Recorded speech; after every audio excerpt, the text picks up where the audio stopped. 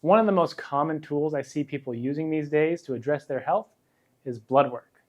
And today we're going to talk about why that may not be the best tool for you. My name is Brian.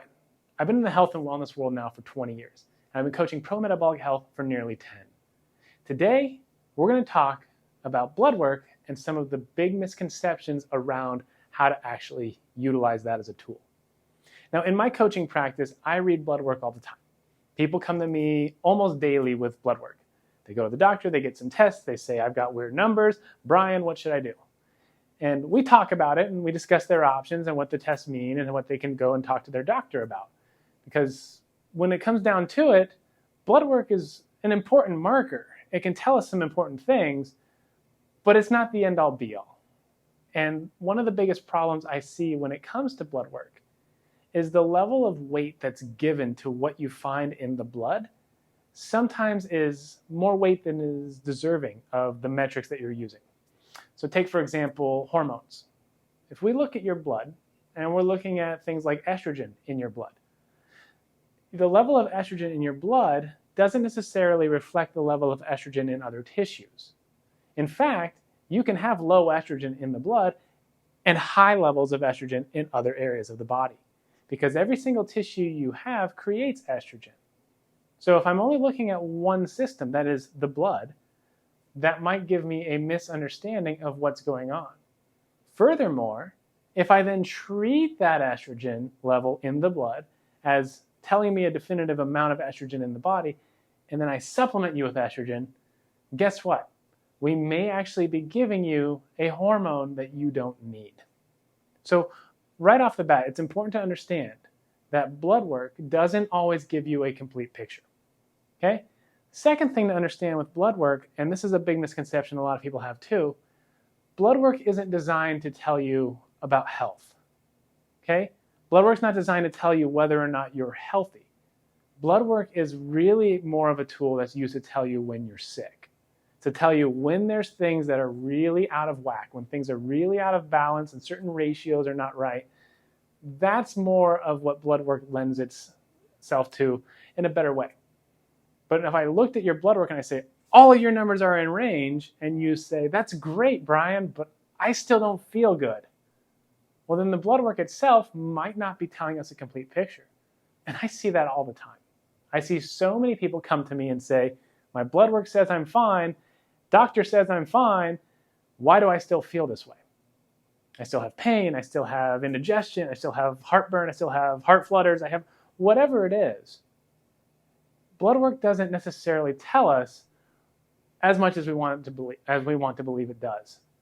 So the bigger thing to think about when you're looking at blood work and when you're trying to infer from your blood work what your issues are, what you want to look for is not necessarily whether or not you're in range. You want to use that as one single data point compared to everything else going on in your life. Okay, so what I mean by that, you bring me blood work, you tell me you don't feel good. I look at your blood work, I say everything's in range. That doesn't tell us anything other than, cool, the blood work that you have is a reflection of your current state, but your current state might be that you need certain things to still change, even though you're in range. We might need to address other factors in your life. We might need to address certain neurological components of your life. Maybe you work in an office setting full of fluorescent lights. Maybe you live in an environment where the air quality is not great. Maybe you live in a situation where your stress level is exceptionally high, or you've got some childhood experiences that are creating a level of trauma for your body, and that is causing you to have these feelings that are not ideal. All of that is real, and that may not show up on your blood work. So the important thing to think about with blood work is it's a tool that can tell us a thing. But if you come to me and your cholesterol is high and we try to fix your cholesterol, you may not feel better. And that's weird for people to hear.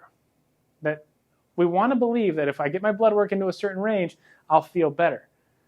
You have to realize that a lot of blood work ranges are built around a collection of data generally comprised of unhealthy people. Okay? The labs that run their tests collate all their data, and then they put together a range, reference range for whatever marker based on the data set they have. Most of the people getting blood work are not healthy. So when you're looking at I'm in range, that doesn't necessarily mean you're healthy. It means you're average. It means you're average for the current population and the current data set. But if you still don't feel good, that may mean that the average way of living, the average markers of health, may not be ideal for your situation. And when we treat you like an individual, when we address your physiology individually, we can actually start to figure out what other things we need to add into or take out of your life that can improve how you feel and function. So blood work doesn't need to be discarded entirely, but we need to take it with a big grain of salt, because there's a lot of things that we can look at to improve your overall well-being and your overall level of health. If you're interested in some of those assessments, check out my free ebook down in the comments below. I'm including that for free for you.